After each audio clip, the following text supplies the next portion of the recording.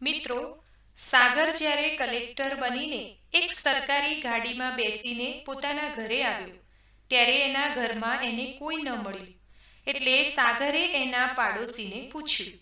ત્યારે એને ખબર પડી કે એની ત્રણેય બહેનો નજીકમાં એક બિલ્ડિંગનું બાંધકામ ચાલી રહ્યું છે, ત્યાં મજૂરી કામ કરવા ગઈ છે. એટલે કલેક્ટર સાહેબ પોતાની ગાડી લઈને એ જગ્યાએ પહોંચી ગયા જ્યાં તેમની બહેનો કામ કરી રહી હતી. અને ત્યાં જઈને જોયું તો ત્રણેય બહેનો મજૂરી કરી રહી હતી અને કોન્ટ્રાક્ટર આ ત્રણેય બહેનો પર ગુસ્સો કરી રહ્યો હતો. આ બધું જોઈને સાગર ઉદાસ થઈ ગયો. ત્યારે જ એની બહેનોએ સાગરને જોઈ લીધો. પહેલા તો આ ત્રણેયમાંથી એકેય બહેન સાગરને ઓળખી ન શકી, પરંતુ જ્યારે એણે સાગરને ઓળખી લીધો ત્યારે ત્રણેય બહેનો પોતાનું કામ પડતું મૂકીને દોડતી દોડતી ભાઈ પાસે આવી અને પોતાના ભાઈને ગળે લાગીને જોર જોરથી રડવા લાગી. બહેનોને આવી રીતે રડતી જોઈને કોન્ટ્રાક્ટર સાહેબ પણ હેરાન થઈ ગયા.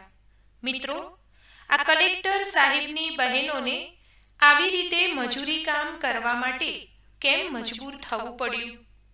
આ આખી કહાનીનું સત્ય જાણવા માટે વિડીયોને સ્કીપ કર્યા વગર અંત સુધી સાંભળજો. અને આજનો આ વિડીયો પસંદ આવે તો લાઈક કરજો, શેર કરજો. ચેનલને પહેલી વખત જોઈ રહ્યા હોય તો સબસ્ક્રાઇબ કરી લેજો. ધન્યવાદ. મિત્રો, આજની કહાની એક એવા પરિવારની છે જે પરિવાર રોજગાર માટે બિહારથી આવીને સુરતમાં સ્થાયી થયો હતો. સુરતમાં આવીને એક રૂમ ભાડે રાખીને આખો પરિવાર રહેતો હતો. પરિવારની અંદર માતા પિતા અને 4 બાળકો હતા. 3 દીકરીઓ મોટી હતી અને દીકરો સૌથી નાનો હતો. એટલે કે 6 લોકોનો આ પરિવાર હતો. માતા પિતા મજૂરી કરતા અને પરિવારનું ભરણ પોષણ કરતા. ધીરે ધીરે સમય વીતવા લાગ્યો અને દીકરો મોટો થવા લાગ્યો. દીકરો જ્યારે 5 વર્ષનો થયો ત્યારે એને એક સરકારી સ્કૂલમાં ભણવા બેસાડ્યો. દીકરો ખૂબ મન લગાવીને ભણવા લાગ્યો. એક દિવસ 4 ભાઈ બહેન રમતા હતા ત્યારે મોટી બહેને ભાઈને પૂછી લીધું કે ભાઈ, તું મોટો થઈને શું બનવા માંગે છે? ત્યારે ભાઈએ કહ્યું કે હું મોટો થઈને કલેક્ટર બનવા માંગુ છું. કેમ કે સાગરે એની સ્કૂલમાં એવું સાંભળ્યું હતું કે કલેક્ટર એ જિલ્લાનો રાજા કહેવાય છે અને કલેક્ટરનું પદ સૌથી ઊંચું હોય છે. એટલે સાગરે એવું કહ્યું કે બહેન, કદાચ મને મોકો મળશે તો હું કલેક્ટર જરૂર બનીશ.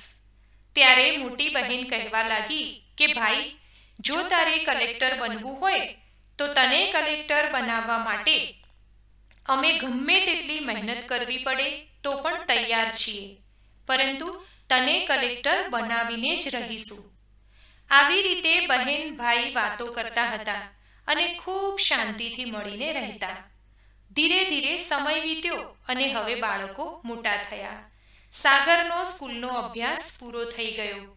હવે જ્યારે એની 18 વર્ષની ઉંમર થઈ ત્યારે સાગર એના માતા પિતા પાસે આવીને કહેવા લાગ્યો કે પિતાજી, મારો સ્કૂલનો અભ્યાસ પૂરો થઈ ગયો છે, એટલે હવે હું પણ તમારી સાથે આવીને તમારી સાથે મહેનત મજૂરી કરીશ. પરંતુ જ્યારે સાગરે આવી વાત કરી ત્યારે એની મોટી બહેન ચોંકી ગઈ અને એ પોતાના માતા પિતાને કહેવા લાગી કે પિતાજી, સાગર ભણવામાં ખૂબ હોશિયાર છે અને એ કલેક્ટર બનવા માંગે છે, એટલે એને આગળ ભણાવવો જોઈએ.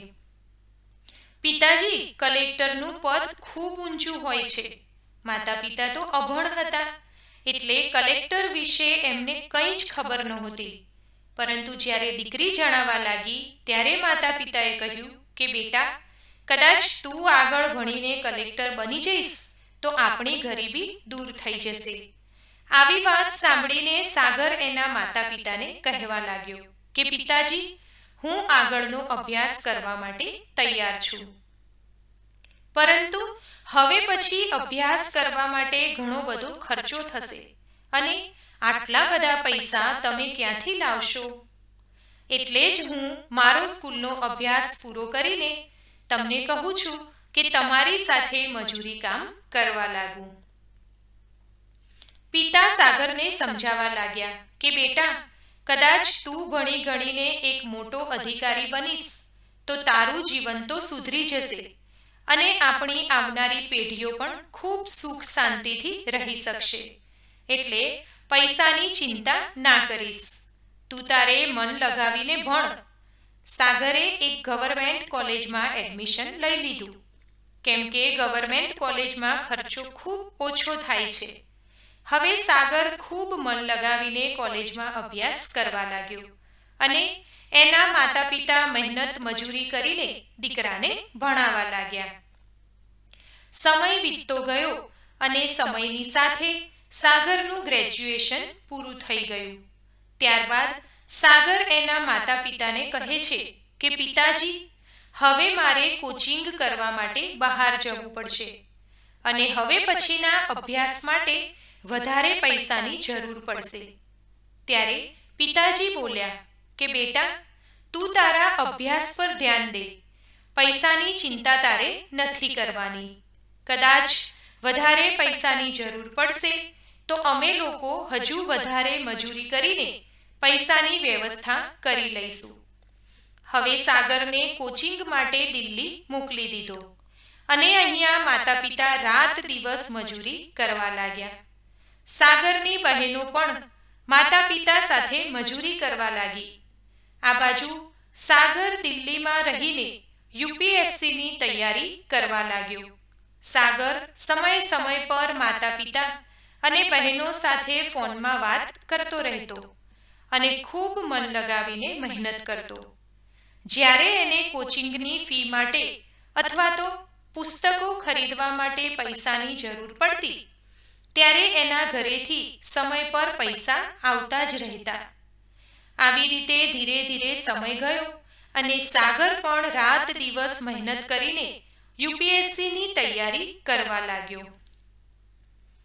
આ બાજુ એના માતા પિતા પણ મહેનત કરી રહ્યા હતા. સાગરે યુપીએસસીની એક્ઝામ આપી અને પ્રી એક્ઝામમાં એ પાસ થઈ ગયો. એટલે સાગરે પોતાના ઘરે ફોન કરીને માતા પિતાને ખુશખબરી આપી. માતા પિતા તો ખૂબ ખુશ થઈ ગયા. પોતાના દીકરાને શાબાશી આપીને કહેવા લાગ્યા કે બેટા, તું મન લગાવીને અભ્યાસ કરજે. એક દિવસ તું જરૂર કલેક્ટર બનીશ. ત્યારે સાગર કહેવા લાગ્યો કે પિતાજી, હવે પછી 2 પરીક્ષા આપવાની છે અને ત્યારબાદ મારું ઇન્ટરવ્યૂ થશે અને ત્યારબાદ હું કલેક્ટર બની જઈશ. આવું સાંભળીને માતા પિતાએ સાગરને આશીર્વાદ આપ્યા. હવે ધીરે ધીરે મુખ્ય પરીક્ષા નજીક આવી રહી હતી. પરંતુ એ સમય દરમિયાન એક દુર્ઘટના બની ગઈ. સાગરના માતા પિતા બહારગામ જઈ રહ્યા હતા. ત્યારે જ એક અકસ્માતમાં એના માતા પિતાનું મૃત્યુ થઈ ગયું. હવે સાગર તો દિલ્હીમાં યુપીએસસીની તૈયારી કરી રહ્યો હતો અને અહીંયા એના માતા પિતાનું અવસાન થઈ ગયું. એટલે સૌથી નાની બહેન કહેવા લાગી કે બહેન, આપણે ભાઈને ફોન કરીને જણાવી દેવું જોઈએ કે આપણા માતા પિતાનું અકસ્માતમાં મૃત્યુ થયું છે. ત્યારે મોટી બહેન વિચારમાં પડી ગઈ, કેમ કે એને ખબર હતી કે થોડા દિવસોમાં મારા ભાઈની મુખ્ય પરીક્ષા આવવાની છે અને આવા સમયે એને માતા પિતાના મૃત્યુના સમાચાર મળશે તો અભ્યાસમાંથી એનું ધ્યાન હટી જશે. એટલે મોટી બહેને પોતાના ભાઈને માતા પિતાના મૃત્યુની ખબર ન પડવા દીધી અને જ્યારે ભાઈનો ફોન આવતો અને વાત કરવાનું કહેતો ત્યારે મોટી બહેન કંઈક ને કંઈક બહાનું બતાવીને વાતને ફેરવી નાખતી અને એવું કહેતી કે પિતાજી અત્યારે આરામ કરી રહ્યા છે અથવા તો ક્યાંક બહાર ગયા છે. અહીંયા સાગરે પોતાની યુપીએસસીની એક્ઝામ ક્લિયર કરી નાખી. ત્યારબાદ પોતાના ઘરે ફોન કરીને કહેવા લાગ્યો કે મારી એક્ઝામ ક્લિયર થઈ ગઈ છે, એટલે મારે પિતાજી સાથે વાત કરવી છે. આવું સાંભળીને મોટી બહેન જોર જોરથી રડવા લાગી અને પોતાના માતા પિતાના મૃત્યુ વિશે જણાવવા લાગી કે ભાઈ, આપણા માતા પિતાનું ઘણા દિવસો પહેલા અકસ્માતમાં મૃત્યુ થયું હતું. અમે અત્યાર સુધી તને એટલા માટે નહોતું કહ્યું કે તારી પરીક્ષાના સમયે જો તને આ વાતની જાણ થઈ હોત તો ભણવામાંથી, અભ્યાસમાંથી તારું ધ્યાન હટી જાય અને તું અહીં આવી જાય તો તારું સપનું અધૂરું રહી જાય. આવું સાંભળીને ભાઈ પણ રડવા લાગ્યો. થોડીવાર બાદ સાગર બોલ્યો કે બહેન, હજુ મારું ઇન્ટરવ્યૂ બાકી છે અને ઇન્ટરવ્યૂ આપ્યા બાદ હું કલેક્ટર બની જઈશ. એટલે બહેન કહેવા લાગી કે ભાઈ, તું જલ્દીથી કલેક્ટર બની જા, ત્યારબાદ આપણે બધા સાથે રહીશું. આવી રીતે થોડીવાર વાત કરીને ફોન મૂકી દીધો અને થોડા દિવસ બાદ સાગરને ઇન્ટરવ્યૂ આપવાનો સમય આવ્યો. એટલે એને ઇન્ટરવ્યૂમાં જવા માટે સારા કપડાં ખરીદ્યા અને આ નવા કપડાં પહેરીને ઇન્ટરવ્યૂ આપવા માટે નીકળી ગયો. ઇન્ટરવ્યૂમાં એને એના જીવન વિશે પૂછવામાં આવ્યું ત્યારે સાગરે પોતાની આખી કહાની કહી સંભળાવી. જ્યારે ઇન્ટરવ્યૂ લેવાવાળા અધિકારીઓએ સાગરની કહાની સાંભળી તો તેમની આંખોમાં પણ આંસુ આવી ગયા અને વિચારવા લાગ્યા કે કેવી રીતે એક ગરીબ છોકરો અહીંયા સુધી પહોંચી ગયો.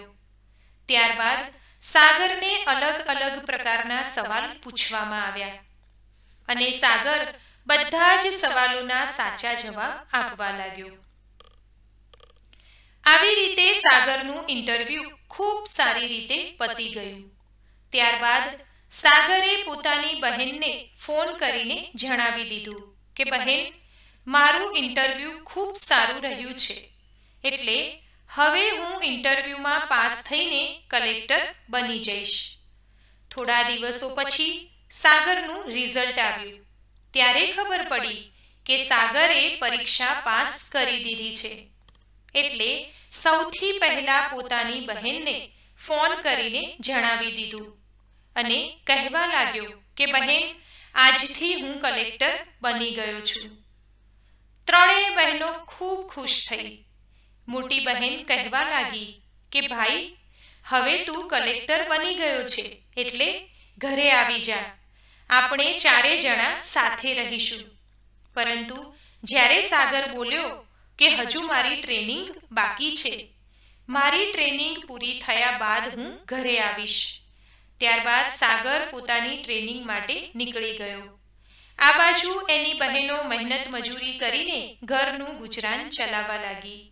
ધીરે ધીરે સાગરની ટ્રેનિંગ પણ પૂરી થઈ ગઈ. ત્યારબાદ એનું એક સારી જગ્યાએ પોસ્ટિંગ થઈ ગયું.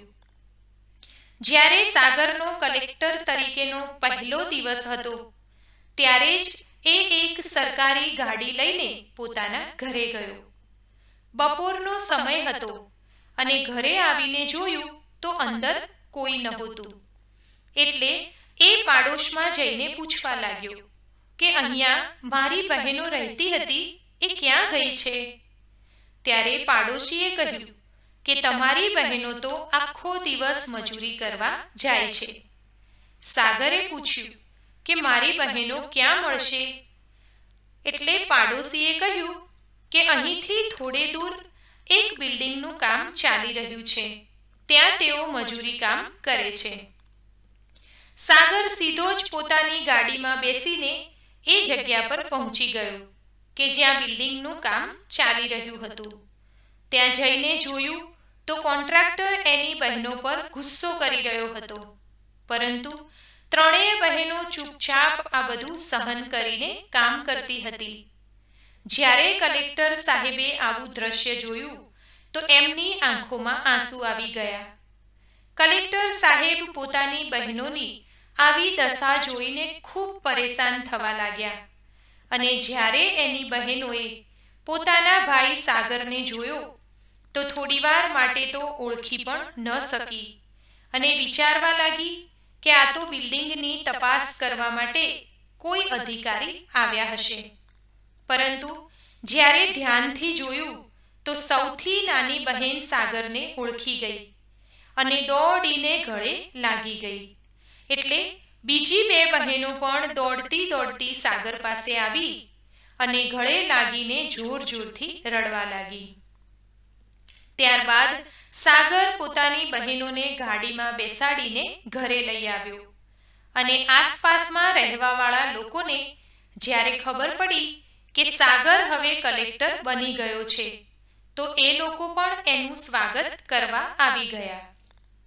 થોડીવાર વાતો કરીને ત્યારબાદ સાગર એની મોટી બહેનને કહેવા લાગ્યો કે બેન, તમે લોકો તમારો સામાન બાંધી લો અને મારી સાથે ચાલો. આજ પછી આપણે અહીંયા નથી રહેવાનું, કેમ કે કલેક્ટર સાહેબને એક સરકારી મકાન મળ્યું હતું. હવે કલેક્ટર સાહેબ પોતાની ત્રણેય બહેનોને સાથે લઈને આ સરકારી મકાનમાં રહેવા આવ્યા અને ખૂબ ખુશીથી ચારેય ભાઈ બહેન સાથે મળીને રહેવા લાગ્યા. ધીરે ધીરે સમય વીત્યો અને થોડા મહિના બાદ સાગરે પોતાની સૌથી મોટી બહેન માટે એક છોકરો શોધ્યો અને બહેનના લગ્ન કરાવ્યા. મોટી બહેનના લગ્ન કરાવ્યા બાદ બીજી બહેનના પણ લગ્ન કરાવી દીધા. ત્યારબાદ હવે નાની બહેન અને સાગર સાથે રહેતા હતા અને જ્યારે સાગરે નાની બહેનને લગ્ન વિશે વાત કરી ત્યારે બહેન કહેવા લાગી કે ભાઈ, પહેલા તમે લગ્ન કરી લો, કેમ કે ઘરમાં ભાભી આવશે તો એને બધું જણાવવા માટે હું એની સાથે રહીશ તો સારું રહેશે. છતાં પણ સાગરે એક સરસ સંસ્કારી છોકરા સાથે પોતાની સૌથી નાની બહેનના લગ્ન પણ કરાવી દીધા. હવે કલેક્ટર સાહેબ ખૂબ ઈમાનદારીથી પોતાનું કામ કરવા લાગ્યા. આવી રીતે ધીરે ધીરે 2 વર્ષ વીતી ગયા.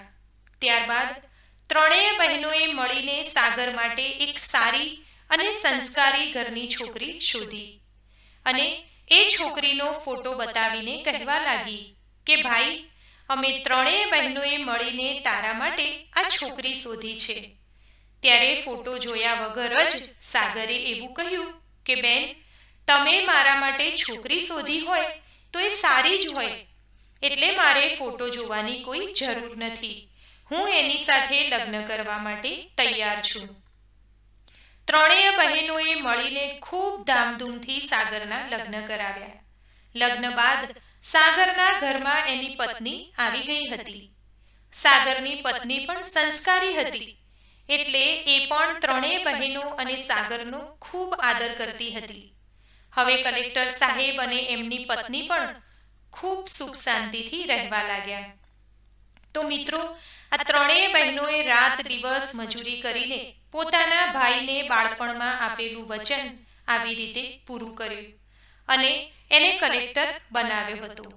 મિત્રો, જો દરેક ઘરમાં આવી એક મોટી બહેન હોય તો કદાચ કોઈ પણ ભાઈને ક્યારેય કોઈ તકલીફ ના આવે.